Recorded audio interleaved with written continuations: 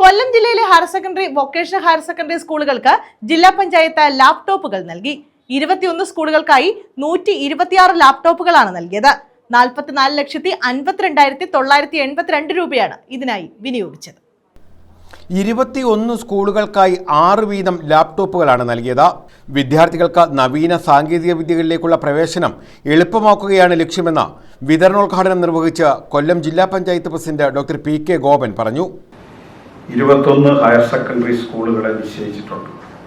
6 ലാപ്ടോപ്പുകൾ വീതമാണ് നൽകുന്നത്. അപ്പോൾ ഇത് ലാപ്ടോപ്പിൻ്റെ കാര്യം മാത്രമല്ല, നേരത്തെ ഇവിടെ ഡി പറഞ്ഞതുപോലെ, വൈസ് പ്രസിഡന്റ് പറഞ്ഞതുപോലെ, നമ്മുടെ വിദ്യാഭ്യാസ മേഖലയിൽ ഗവൺമെൻറ്റിൻ്റെ ഒരു പാത പിന്തുടരുന്നതിൽ ജില്ലാ പഞ്ചായത്ത് വലിയ ശ്രദ്ധ ചെലുത്തിയിട്ടുണ്ട്. കാരണം വിദ്യാഭ്യാസ മേഖലയിൽ നമ്മൾ കുറച്ച് വർഷങ്ങൾക്ക് മുമ്പ് കേട്ടത് സ്കൂളുകൾ അൺഎക്കണോമിക്കലാണ് എന്നുള്ളത് കൊണ്ട് അത് പൂട്ടുന്നതാണ് നല്ലത് എന്നുള്ളതാണ്. അങ്ങനെ ഒരു സാമൂഹിക ബോധം ഉൽപ്പാദിപ്പിക്കാനും പരിശ്രമിച്ചിട്ടുണ്ട്. എങ്ങനെയാണ് വിദ്യാഭ്യാസ മേഖല അൺഎക്കണോമിക്കലാക്കുന്നത് എന്നുള്ളത് നമ്മൾ അന്ന് അതിൻ്റെ കണക്ക് ശാസ്ത്രം വെച്ചിട്ട് ചർച്ച ചെയ്തിട്ടുള്ളതാണ്. അപ്പോൾ സ്കൂളുകളിൽ 10-12 ലക്ഷം കുട്ടികൾ സ്കൂളിലേക്ക് തിരിച്ചു വരാനുള്ള പ്രധാനപ്പെട്ട കാരണം 2 ആണ്.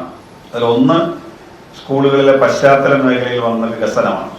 സ്കൂളുകൾക്കായി ഗ്രന്ഥശാലകളും സ്ഥാപിക്കുന്നുണ്ട്. ശുചിയിടം, ടോയ്ലറ്റ് കോംപ്ലക്സുകളും ഓഡിറ്റോറിയം, കുടിവെള്ള പ്ലാന്റ് നിർമ്മാണവും പുരോഗതിയിലാണെന്ന് അദ്ദേഹം പറഞ്ഞു. ജില്ലാ പഞ്ചായത്ത് വൈസ് പ്രസിഡന്റ് ശ്രീജ ഹരീഷ് അധ്യക്ഷത വഹിച്ചു. സ്റ്റാൻഡിംഗ് കമ്മിറ്റി ചെയർപേഴ്സൺമാരായ വസന്ത രമേശ്, അനിലസ് കലേലി ഭാഗം, ജില്ലാ പഞ്ചായത്ത് അംഗങ്ങൾ, വിദ്യാഭ്യാസ ഉപഡയറക്ടർ കെ.ഐ. ലാൽ എന്നിവർ പങ്കെടുത്തു. News bureau, Kundara.